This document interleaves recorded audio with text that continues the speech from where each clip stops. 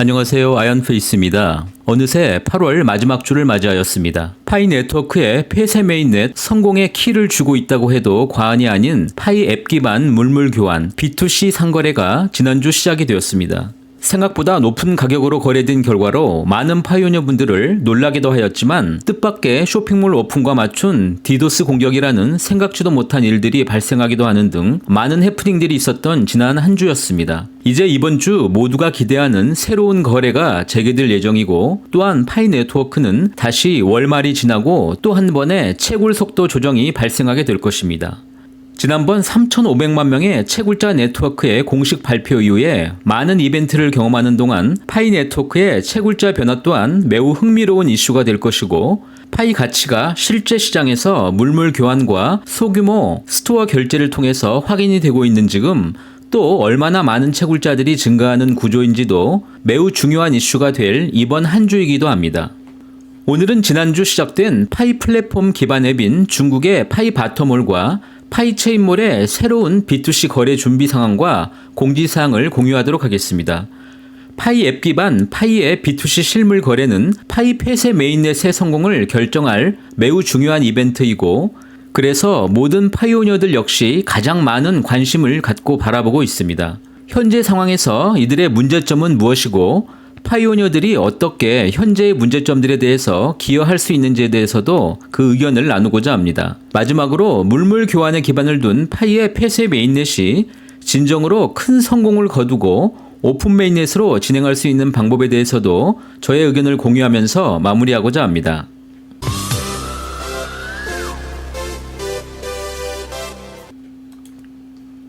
먼저 지난 23일 B2C 거래 결과를 발표하였던 파이 바터몰의 공지사항을 먼저 공유하도록 하겠습니다. 파이 바터몰은 29일 제2차 물물 교환이 시작될 것이라고 공지하고 있습니다. 지금 현재 파이 바터몰은 다시 오픈된 상황이고 1차 바터에서 판매되었던 상품의 경우에 1파이당 약 750불에서 1000불대의 가격을 그대로 유지하고 있음을 확인해 볼 수 있습니다. 지난번 13개의 판매점들이 입점하였다고 공지한 것처럼 이번 2차 물물 교환 행사에서는 더 많은 다양한 상품이 공급이 되고 있음을 확인할 수 있습니다. 역시 파이 바터가 시작이 되기 전 예상했던 것처럼 파이 바터몰의 경우에 개인들이 아닌 판매점의 입점이 진행이 확인되고 있으며 시간이 지날수록 더 다양한 상품군들이 판매 리스트로 진행이 될 것으로 예상이 됩니다. 그렇게 해석할 수 있는 이유는 파이 바터몰은 여전히 현재의 판매 진행 상황이 아직은 초기 파일럿 테스트 단계이고 따라서 향후 더 큰 대형의 도매상이나 제조업체가 참여하여서 판매가 확대된다면 그들이 초기 발표하였던 것처럼 국제 상거래 규모로 확대가 될 수도 있을 것으로 전망해보고 있습니다.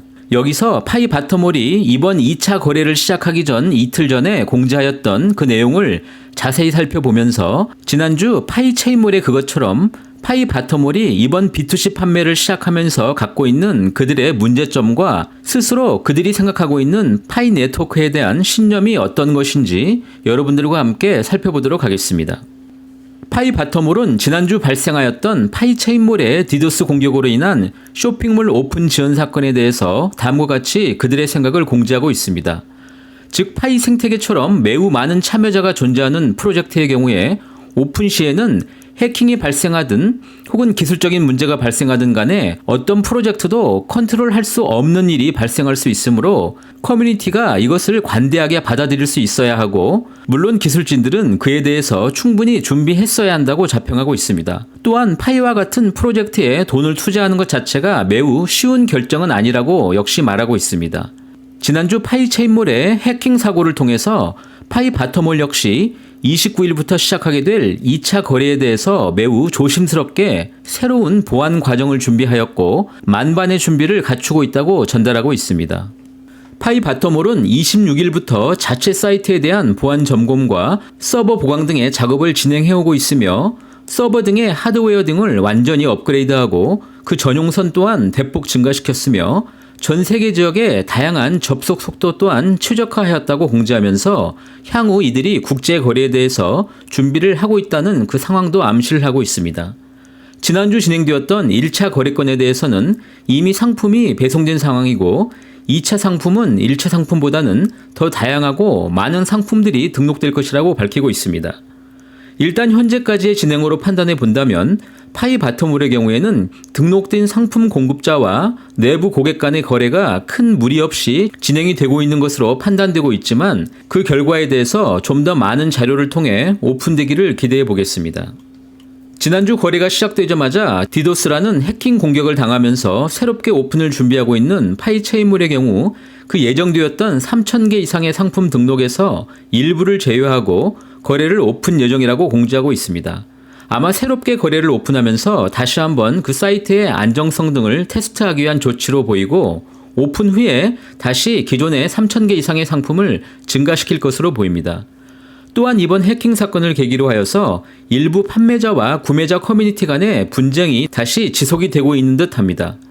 물론 현재 두 가지의 공식 앱만 존재하고 있는 상황이고 모두 중국적 중심의 파이 앱이다 보니 그 가격 등을 기반으로 하여서 충분히 갈등할 수 있는 여지가 초기부터 존재해온 것은 사실입니다.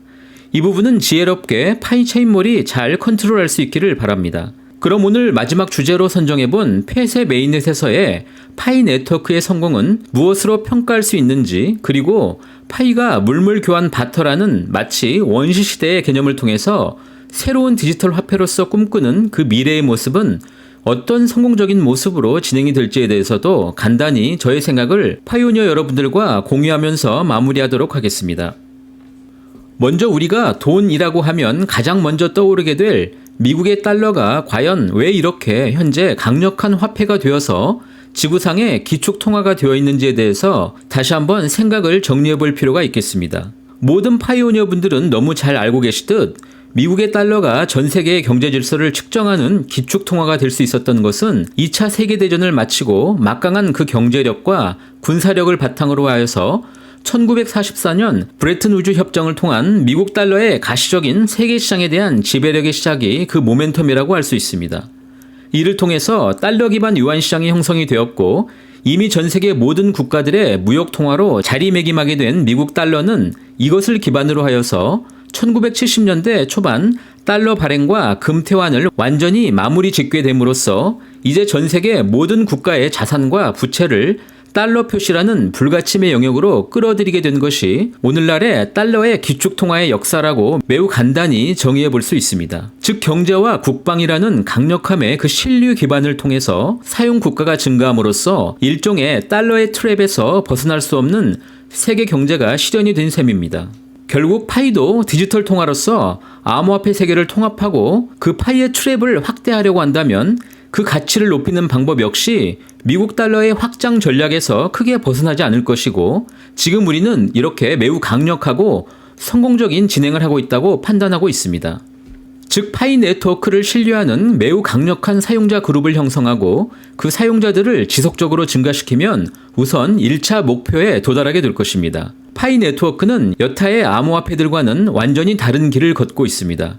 그래서 이 먼 길을 돌아가는 가운데 지구상의 사용자들에게 신뢰를 받을 수 있는 가장 강력함은 사용자들이 어디서나 그 화폐 가치를 인정받으며 교환이 가능한 강력한 기반을 만드는 것이 그 핵심이라고 생각하고 있으며 따라서 많은 사람들의 신뢰를 기반으로 한 합의에 의한 알고리즘을 통해 블록체인 기반 채굴화폐인 파이코인을 탄생시키고 이 파이코인에 대한 신뢰는 단순한 기술력이나 그저 사용자 기반이 많다고 하는 수사가 아닌 가장 직접적으로 피부에 와닿는 실제 결제 통화 그리고 물물 교환이 가능한 수단임을 물리적으로 사람들이 지켜볼 수 있도록 지금 현재 파이 앱 기반 물물 교환 바터와 B2C를 동시에 진행하고 있는 것입니다.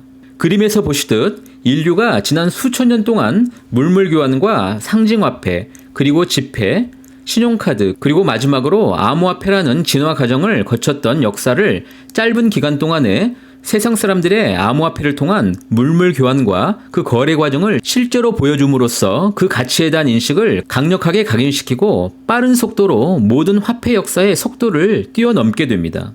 더 놀라운 것은 이러한 상품과 파이의 교환 가치는 파이 채굴자가 그 신류 기반을 통해서 증가하고 블록체인 화폐만이 가능한 채굴 속도의 반감을 통해서 지속적으로 증가하게 된다는 것입니다.